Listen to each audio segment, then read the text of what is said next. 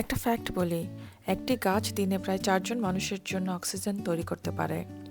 আবার একটি পূর্ণবয়স্ক গাছ বছরে প্রায় 48 পাউন্ড কার্বন ডাইঅক্সাইড শোষণ করে ফেলে। কি দারুণ না? স্প্রিং চলে এসেছে, কিন্তু এখানে ঠান্ডা যাচ্ছে না।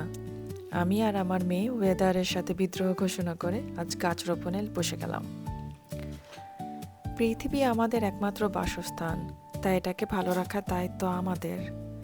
একটি গাছ লাগানোর মতো ছোট একটা কাজই ভবিষ্যতের জন্য বড় পরিবর্তন আনবে। আমরা যদি প্রতিদিন একটু করে এই পৃথিবীটার যত্ন নিই, তাহলেই পৃথিবীটাকে বাঁচানো সম্ভব।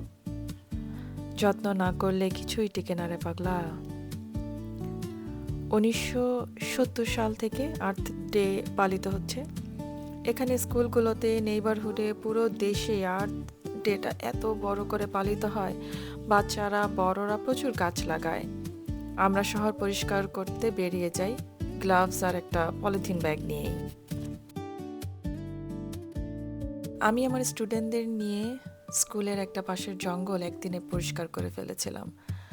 বাচ্চারা যে কি মজা পেল সেদিন।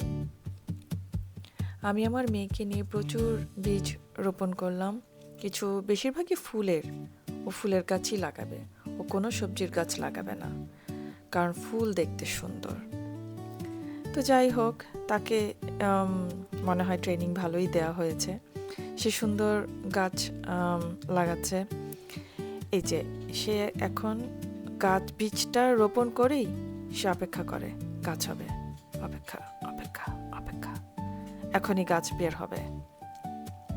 বুঝতে পারছি না, গাছ বের হচ্ছে না। তো একটু রোদ ওঠার পরে আমরা আবারও বারান্দায় যেয়ে কিছু জিনিয়া ফুলের সিড লাগালাম। সুন্দর।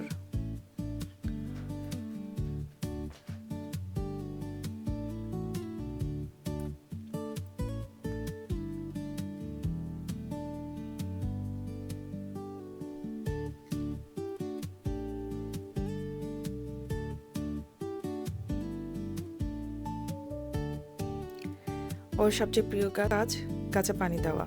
সে পানি দিচ্ছে।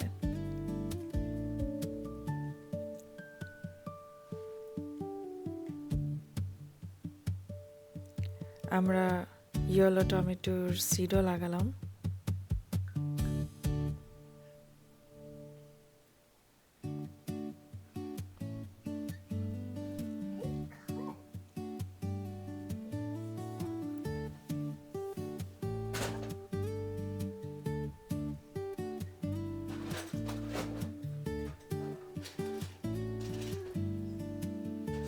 আমি চেষ্টা করি সবগুলো টবেই নাম লিখে রাখতে, কারণ যখন আমি গাছগুলো রোপণ করি বা সিডটা লাগাই, আমার মনে থাকে, পরের দিন আমি ভুলে যাই।